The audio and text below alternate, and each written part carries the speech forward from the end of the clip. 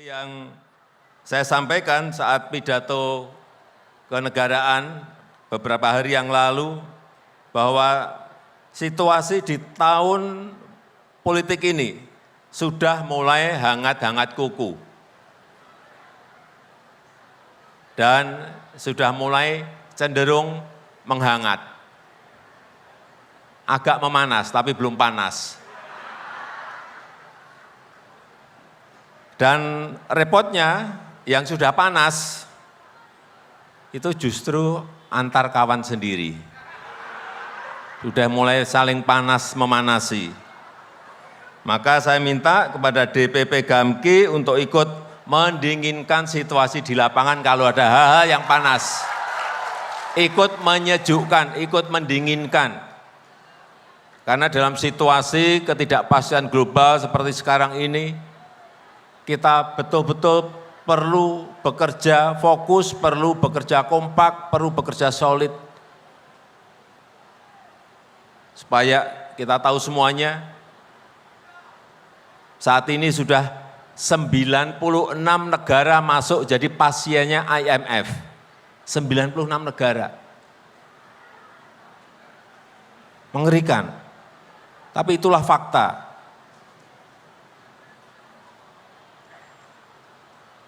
Sehingga walaupun kita berkompetisi dalam tahun politik ini, kawan adalah kawan. Kalau racing, kalau balapan, boleh-boleh saja, tapi jangan sikut-sikutan. Apalagi tendang-tendangan. Kita ini saudara sebangsa dan setanah air, jangan dilupakan itu. Setuju? Agar setelah balapan, setelah racing, kita bisa berkawan kembali dan bersatu kembali. Jangan antar tetangga nggak bisa saling menyapa setelah pemilu. Jangan antar kawan nggak saling menyapa setelah pilpres. Enggak lah, perlu saya ingatkan, kita ini saudara sebangsa dan setanah air. Itulah budaya politik Indonesia. Kekeluargaan, gotong royong, budaya bersatu, ini yang terus kita harus gaungkan. Sudah mulai memanas, yang panas malah antar kawan, bahkan sikut-sikutan. Bolehlah kemudian balapan, tapi juga jangan tenang-tenangan ataupun juga jangan mencoreng nilai persaudaraan. Itu pesan disampaikan oleh Presiden Joko Widodo. Tapi kepada siapa sebenarnya pesan ini disasar ataupun juga ditujukan? Apakah menggambarkan ataupun juga curhat soal kondisi internal partai? Nah, untuk bisa membahas mengenai hal ini, sudah hadir di samping saya para narasumber selaku pengamat politik, yaitu Bang Pangi Syarwi Caniago. Assalamualaikum warahmatullahi wabarakatuh. Bang Ipang, selamat malam. Malam Mbak Putri, sehat Mbak Putri. Alhamdulillah sehat. Dan juga untuk bisa melihat seperti biasa dari gerak-gerik, dari air wajah, dari apapun yang ditunjukkan oleh Presiden Joko Widodo, gerakan tangannya, matanya, bibirnya dan sebagainya, sudah hadir juga di samping saya. Beliau merupakan ahli mikro ekspresi, yaitu Mas Gedi Putra. Assalamualaikum warahmatullahi wabarakatuh. Selamat malam Mas Gedi. Ya, Bang Ipang, langsung saja, ini jadi siapa sebenarnya yang dibilang antar kawan tapi sikut-sikutan? Iya, sebenarnya memang ini kan simbol Jawa. Memang dalam teori kekuasaan Jawa ini kan nggak mudah membaca apa yang tersirat dan tersurat. Kalau kita kan orang Sumatera ya, apa yang dilihat itu yang kita sampaikan. Tapi apa yang dilihat itu intersubjektif, belum tentu itu yang disampaikan. Nah, ini yang menjadi menarik. Ini apakah betul masyarakat kita sikut-sikutan hari ini? Apakah betul masyarakat kita hari ini tadi dalam balapan itu pukul-pukulan gitu ya, atau tendang-tendangan saya pikir. Ini sebetulnya kalau saya melihat, ini ditujukan kepada siapa sebetulnya ekspresi diksi perasa ini. Saya melihat bahwa makna politik ini sebenarnya bukan kepada masyarakat awam. Lalu? Jadi ini ditujukan hari ini memang memanasnya kondisi peta elit politik gitu. Nah, pasca setelah Partai PAN, Golkar bergabung ke koalisinya Pak Prabowo. Nah, itu menjadi turbulensinya naik, fluktuasi politiknya naik. Ini ibarat yang tadi laut tadi teduh, tiba-tiba ini ada gelombang. Nah, sekarang ketika ini ada gelombang, tentu harus supaya perang urat saraf ini tidak terjadi, supaya nggak putus kan. Kalau tegang terus bisa putus. Nah ini Pak Jokowi ini menurut saya peran yang dimainkan beliau memainkan peran sebagai pemadam kebakaran. Karena beliau seolah tertuduh bergabungnya Golkar dan PAN adalah akibat dari katanya Pak Lurah yang ngatur-ngatur tadi. Tapi Presiden bilang saya bukan Pak Lurah, saya nggak ngatur-ngatur, saya nggak punya kewenangan. Nah tetapi itu bisa dirasakan persepsi oleh masyarakat, tapi itu susah dibuktikan. Nah ini saya mencermati bahwa ada 3 problem yang bentangan yang saling udah makin panas. Misalnya hari ini pasca misalnya Budi Ari dijadikan menteri, beliau adalah relawan Projo dan chemistry kecenderungannya ke Pak Prabowo. Itu satu peristiwa. Peristiwa kedua, Gibran tidak diundang oleh di PDIP. Dan kemudian Gibran bilang, orang PDIP bilang, ya karena lupa ngundang, kata Gibran. Betul. Ya nggak usah, nggak apa-apa gitulah. Nah yang ketiga adalah peristiwa yang kita lihat adalah relawan. Relawan dan hari ini ditambah dengan Budiman Sujatmiko, betul. Ya kan? Kemudian mulai terbelahnya suara-suara PDIP. Nah ini yang kemudian menurut saya PDIP kemudian melakukan secara menyatakan food estate adalah kejahatan lingkungan gitu kan, bukan bahasa lain loh, bukan yang lain. Tapi, nah ini kan menurut saya Pak Jokowi bukan dalam konteks bicara, kalau di kampung saya, di RT saya hari ini, itu baju 3-3 diterima. Baju Pak Prabowo diterima, serius malam tadi saya ketemu sama Pak RT, ini baju kok bisa 3 Pak RT? Ya sekarang kita nggak kayak dulu lagi, ngapain kita dibodoh-bodohin. Ngapain kita dulu serius-serius perang-perang uras Arab sampai kita nggak bertegur tetangga, anak istri nggak bertegur. Udahlah itu masa lalu. Sekarang kita nikmati aja, yang penting ada baju kita terima semuanya. Ya berarti kan tidak panas di bawah. Masyarakatnya adem di bawah. Adem, tidak justru ada level elitnya nih. Nah kalau Pak Jokowi bilang tadi ada balapan, kemudian pesan beliau sebagai negarawan, sebagai presiden itu sangat menyejukkan, sangat bagus sekali. Tapi saya merasakan Pak Jokowi hari ini sedang memainkan peran untuk meneduhkan laut tadi itu, yang gelombangnya cukup berat, ada riak-riak gelombang itu. Tapi bahasa itu ditujukan ke masyarakat. Padahal di bawah saya lihat masih adem-adem aja, tenang-tenang aja, nggak ada. Jadi ini adalah tujuan yang balapan tadi, perspektif saya, makna pesan message-nya itu adalah ke politisi kita hari ini, elit partai hari ini gitu. Nah ini yang kita nggak bisa, makanya saya lihat gaya orang Jawa berpolitik dengan orang Sumatera kan beda. Itu yang dibilang tadi ya Bang ya, bahwa yang dilihat itu yang langsung strike point kalau Jawa. Tapi kalau politik kekuasaan Jawa kan bisa kanan kiri, kita harus bisa menangkap yang tersirat. Iya, yang tersirat itu yang susah. Itu yang penting. Dan tidak semua panggung-panggung itu mereka sampaikan, bahkan bahasa sebaliknya gitu. Mereka bilang ini justru itu dibalik itu, makanya kita kalau ngomong Pak Jokowi, kita nggak bisa pegang kata-kata diksi perasanya lagi. Karena apa yang diomongan justru sebaliknya. Nah ini yang susah gitu. Jadi sekarang beliau bicara tadi ada orang lagi tanding, ada balap-balapan, sikut-sikutan. Itu menurut saya kok rasa-rasanya itu ditujukan bukan kepada masyarakat, tapi itu adalah kepada elit politik. Mas Kini juga pasti punya pandangan tersendiri, benar nggak kemudian upaya ini atau salah satu upaya dari Presiden Jokowi untuk bisa memadamkan aura panas yang saat ini terjadi di antara level elit ini? Ada 3 poin yang ingin saya garis bawahi di sini. Nomor 1, kan sebetulnya ketika masyarakat itu tanda petik misalnya sudah heboh, rame, saling sikut-sikutan, tendang-tendangan, itu kan kelihatan. Semua orang tuh kan bisa lihat di sosial media, kayak kalau kita bicara Pilpres 2019, Pilpres 2014. Kan ini belum. Itu kelihatan. Kalau kita pakai misalnya sosial media analyzer pun, pakai alat khusus gitu, dilihat juga belum ada seperti itu. Jadi sehingga saya sepakat dengan Bang tadi bahwa kepada siapa. Kemudian yang kedua, coba kita lihat Pak Jokowi, ini pola yang lama yang selalu saya ulang terus gitu. Jadi bukan sekali 2 kali saya bilang ini. Pak Jokowi itu ketika beliau berhati-hati, maka dia akan melakukan beberapa gestur khusus. Misalnya benerin, misalnya apakah megang kancing atau semacamnya. Dalam hal ini adalah megang mic-nya. Kalau kita perhatiin ketika salam di awal, megang mic-nya itu cuma beberapa kali. Lihat aja polanya. Begitu ngomongin tentang tadi, racing, tentang segala macam, jangan sikut-sikutan, itu lebih sering megang mic. Mas, berhati-hati ini berhati-hati apa ya? Berhati-hati bahwa dia sedang mengirimkan sebuah pesan dan nervous atas pesan tersebut sebetulnya. Dia sendiri nervous menyampaikannya. Loh yang dihadapin ini adalah elit-elit. Saya sepakat Mangga tadi ya. Yang dihadapin elit-elit bukan masyarakat. Yang punya daya masing-masing, yang juga bisa goyang kiri, goyang kanannya dia. jangan main-main sama kekuatan-kekuatan sekeliling ini nih. Padahal Gitu ya. selama ini kan banyak kemudian mengatakan ini semua yang ngatur Pak Lurah atau Presiden Jokowi. Bukan berarti gini, misalnya Pak Lurah nih ngatur, bukan betul bahwa dia bisa menggerakkan ke A, ke B, ke C, bisa lobby kanan, kiri, depan, belakang, atas, bawah. Bukan berarti dia juga nggak bisa digoyang loh. Oke. Ingat bahwa ini kompleks sekali, politik Indonesia itu sangat kompleks.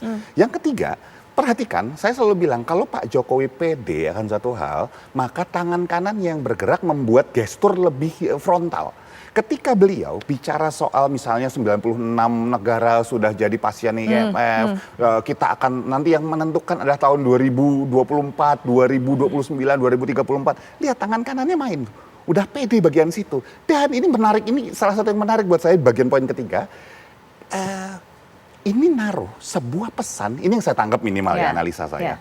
Yang saya tangkap adalah kalau misalnya nanti kayak gini, teman-teman semuanya, Bapak Ibu semuanya, kalau nanti ada apa-apa di 2024, 2029, 2034, itu penentu Indonesia bukan saya loh ya. Itu bisa gitu loh diartiinnya, jangan salah. Menghindar. Bisa menghindar, ini bisa maneuvering gesture nih. Ya, ngasih tahu bahwa kalau istilahnya yang sekarang nggak dilanjutin, ini tuh penentu bahwa kita terbang atau kayak negara Amerika Latin yang di tahun 60 dan 70 punya kesempatan tapi nggak dipakai. Perhatiin bahwa kata-katanya jelas sekali, dengan pede dia ngomong kayak gitu. Buat saya begitu dengar pesan saya agak tersentak. Dia lagi ngunci nih. Buat saya istilahnya ngasih tahu, lu pilih yang bener ya. Baik. Kalau enggak bisa kejadian gini loh. Nah, ini kita akan bukan salah saya. Oke, Mas Kidi, menyambung juga apa yang menjadi analisa dari Mas Kidi, kemudian juga Bang Ipang, kita akan lihat kembali bagaimana kemudian pesan mengenai pemimpin mendatang yang disampaikan juga oleh Presiden Jokowi. Berikut ini. Bahwa negara kita ini memiliki potensi yang sangat besar.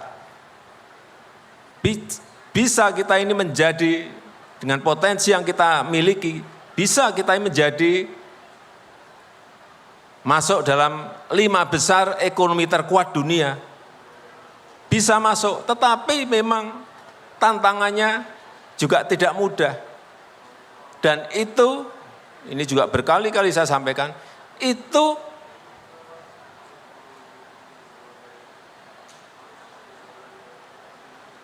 peluangnya, opportunity-nya hanya berada pada kurun 13 tahun ke depan ini.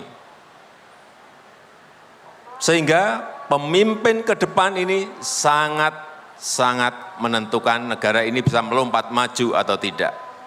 Kepemimpinan nasional di tahun 2024, kepemimpinan nasional di tahun 2029, kepemimpinan nasional di tahun 2034, itu sangat menentukan sekali. Negara ini terjebak pada jebakan negara berpendapatan menengah atau middle income trap, atau bisa keluar menjadi negara maju.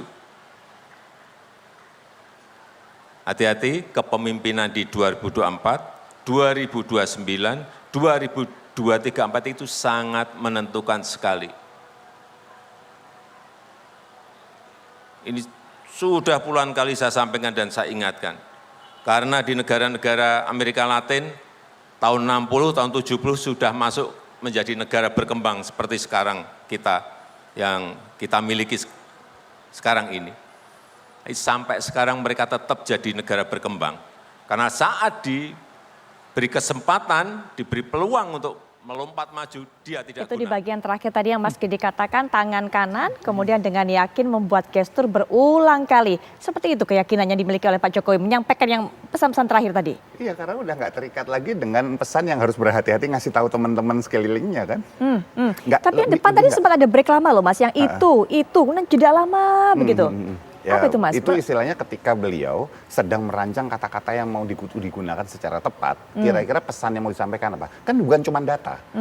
Kata-kata yang disampaikan Pak Jokowi perlu kita lihat sebagai dua aspek.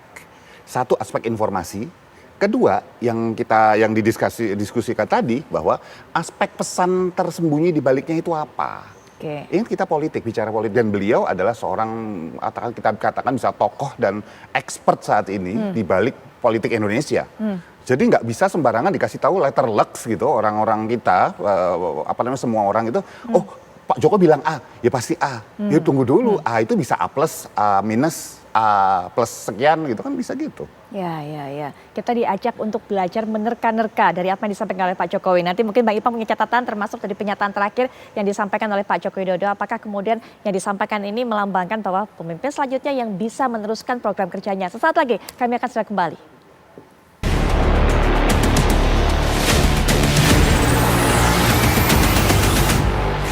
Jangan membuat luka dalam, ibarat pertandingan, ini pertandingan persaudaraan. Karena pasti ada yang menang dan pasti ada yang kalah. Sebaiknya memang yang menang mengajak yang kalah untuk membantu, dan kalaupun tidak membantu sebisa mungkin jangan mengganggu.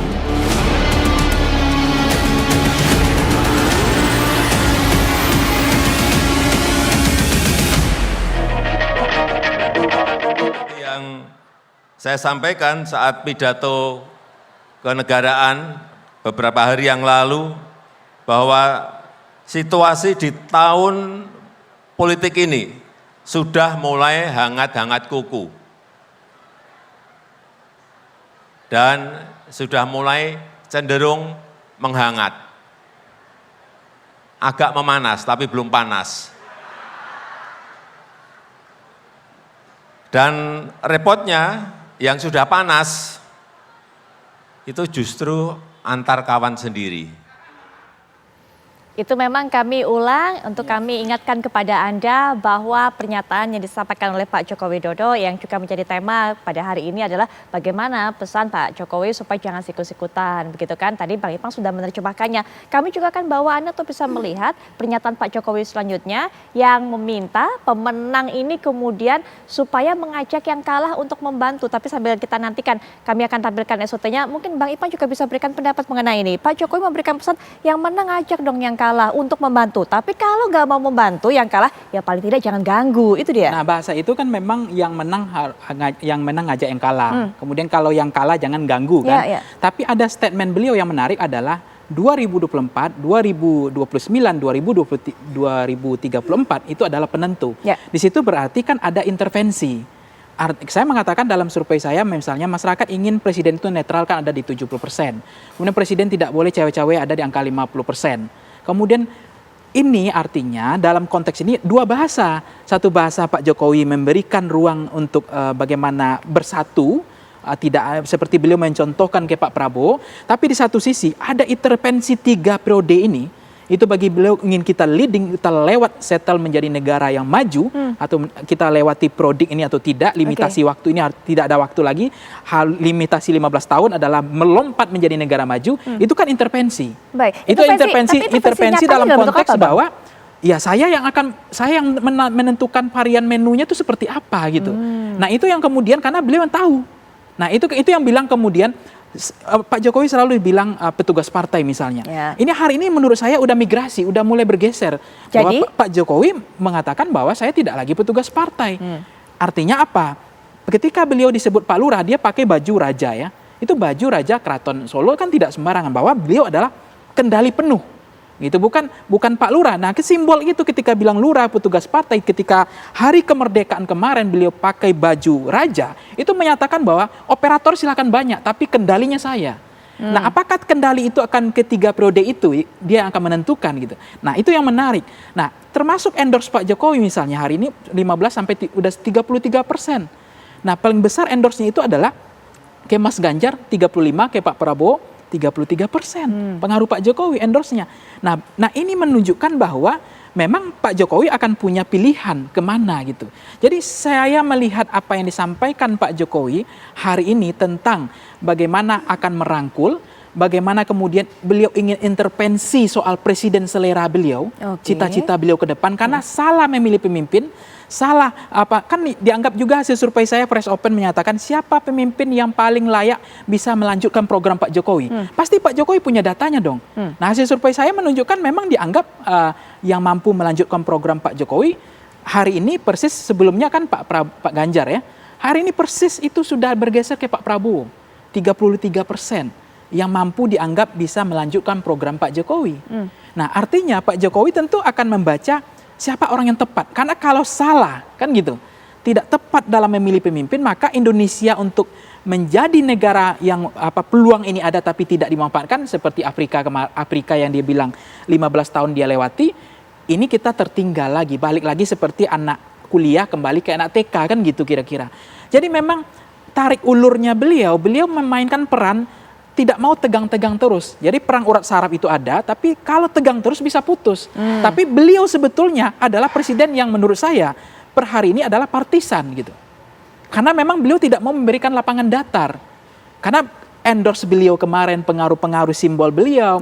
Kemudian beliau selalu memberikan gunting pita salah satu calon presiden, diundang terus.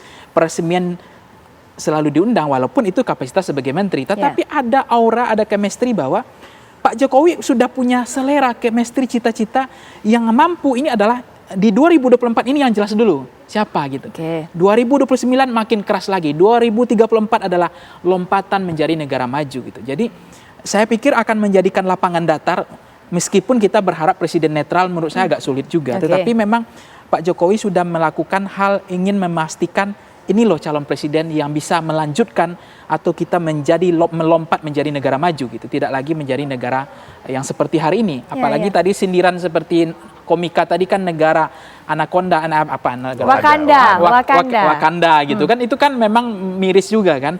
Nah, tetapi persis Pak Jokowi hari ini menurut saya beliau merasa harus menurunkan tensi politik. Karena beliau juga bisa membagi partai politik hari ini. Nah itu yang ditunggu-tunggu oleh PDIP. Mau nggak Pak Lurah mau bagi partai ini? Jangan semua ke Pak Prabowo semua gitu loh. Bagi dong ke sini-kini. Tinggal P3 gitu. Bukan berarti mereka PDIP golden ticket tidak level confident, tapi kan cuma P3. Ini yang membuat kemudian sekjen, ini udah food estate ini kejahatan lingkungan, kejahatan loh bahasanya loh, bukan bahasa lain, kerusakan bukan loh, kejahatan lingkungan. Nah itu kan karena tadi tuh Pak Lurah tertuduh lagi kan begitu. Memang betulkah memang PAN dan Golkar akan bergabung ke Pak Prabowo? Itu bukan karena apa-apa. Bukan karena Pak Lurah kan itu. Tapi untuk membuktikan nggak bisa. Itu kan sesuatu yang sulit dibuktikan gitu. Tapi seolah-olah kan setelah ada Pak Erlangga dipanggil ke kejaksaan, kemudian ada munaslup yang dilakukan Pak Luhut, aku arah-arahnya ke situ kan. Tiba-tiba begitu. Nah tiba-tiba P3 juga, maksudnya PAN juga karena ada menteri Pak Zulhas dan seterusnya. Jadi ini yang kemudian menurut saya Pak Jokowi ingin intervensi untuk negara maju. Jadi beliau ingin punya selera sendiri, punya cita-cita sendiri. Saya sebagai petugas partai itu menurut beliau sudah tidak relevan lagi. Ketika beliau kemarin memakai baju raja, itulah raja keraton Solo kan, bahwa beliau bukan Pak Lurah, beliau bukan petugas partai, saya adalah raja pengendali penuh gitu. Baik, Pak Jokowi punya selera dan ditunjukkan selera itu dalam bentuk intervensinya. Tapi Mas Gedi, soal pernyataan tadi yang juga sempat kami tayangkan pada saat awal bahwa yang menang ngajak dong yang kalah kemudian untuk bantu. Tapi kemudian ada pesan yang lebih pedas lagi bahwa tapi kalah nggak usah ganggu ya kalau nggak mau bantu. Itu kan sebetulnya adalah tanda petik sindiran ya.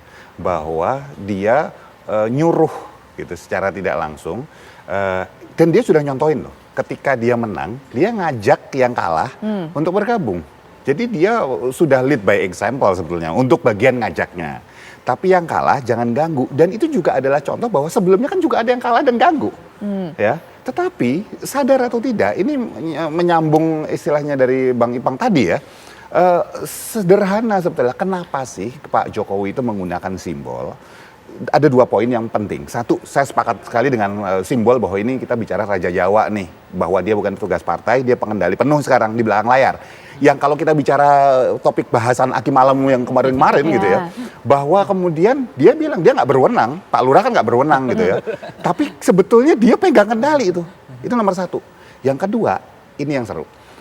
Kalau kita bicara bahwa dia itu nggak cawe-cawe dan banyak menurut surveinya Bang Ipang tadi bahwa 70% atau yang pinginnya nggak cawe-cawe gitu, kita nggak bisa bilang bahwa dia nggak cawe-cawe. Kita mau bilang wah harusnya presiden netral. Presiden juga manusia yang punya psikologis kecenderungan pada salah satu yang menguntungkan baik sebagai dalam kaidah nasional. Kalau sekali katakanlah Pak Jokowi seorang negarawan gitu misalnya, atau kaidah dia sebagai pribadi personal. Nggak mungkin, kalau di dunia ini ada yang bisa bilang, oh saya netral 100%. Cuman robot atau AI yang bisa kayak gitu. Manusia enggak. Tetapi pertanyaannya, bisakah Pak Jokowi tetap berusaha profesional dalam posisinya, Ya. dan makanya dia pakai simbol, nggak bisa langsung. Itu sih penyebabnya sebetulnya. Kenapa Baik. dia harus ngomong kayak gitu? Baik, nanti kita akan terus tunggu sebenarnya apa pernyataan dari Pak Jokowi berikutnya yang penuh makna, penuh simbol, karena ini semakin dekat nih dengan hari H, dengan pemilu berlangsung. Tapi terima kasih Bang Ipang, terima kasih Mas Kidi sudah Putri. memberikan pandangan Terima kasih, Mbak mengenai apa yang Putri. disampaikan oleh Pak Jokowi. Karena banyak masyarakat yang daripada bingung menerka ya kan, kita dengarkan bagaimana prediksi dari Bang Ipang dan juga Mas Kidi tadi.